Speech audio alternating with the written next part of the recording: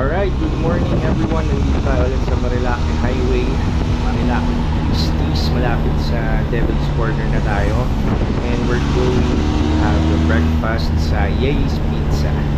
Okay, so let's enjoy lang muna itong mga twisties na nadadaanan natin. Yung kalsada, wala masyadong umakyat. And it's a good Saturday morning, maganda ang weather. So yan, let's go! Okay, nandito tayo sa Ye's Pizza and we're about to have our breakfast muna. And we're off. Nandito tayo sa may Devil's Corner, pabalik tayo. Papunta tayo sa Antipolo. And first stop will be the Mystical Cave. Let's go! Trip lang today tayo sa Mystical Cave sa Antipolo. Okay, dito pa lang mahirap na. Purang shot na oh. Dito tayo ngayon sa Mystical Cave sa Antipolo. Okay, mga konting paalala pag pupunta tayo dito sa Mystical Cave.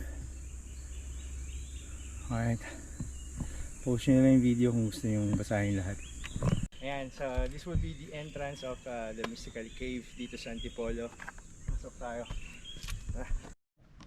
Okay, so we're going to push through dito sa Mystical Cave. Sabi nung bantay na bata or bata sa baba, sundan lang daw namin yung ilaw. So ito yun na sa video sa Google, YouTube, Facebook. Yan, parang dito sila ng tubig dito. Ewan ko anong ginagawa.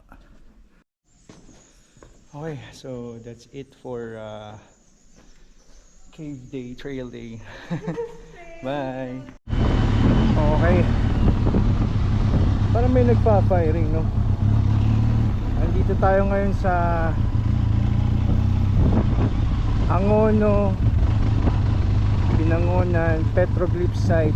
Yun, reminders, vehicles no entry. Dito may guard. So, parking natin dito. Park lang tayo. Dito tayo sa Angono. Anong tawag doon? Petroglyphs? Basta yun na yun. Yun nandun sa video kanina. Ito yung entrance papunta doon. Tama kaya doon.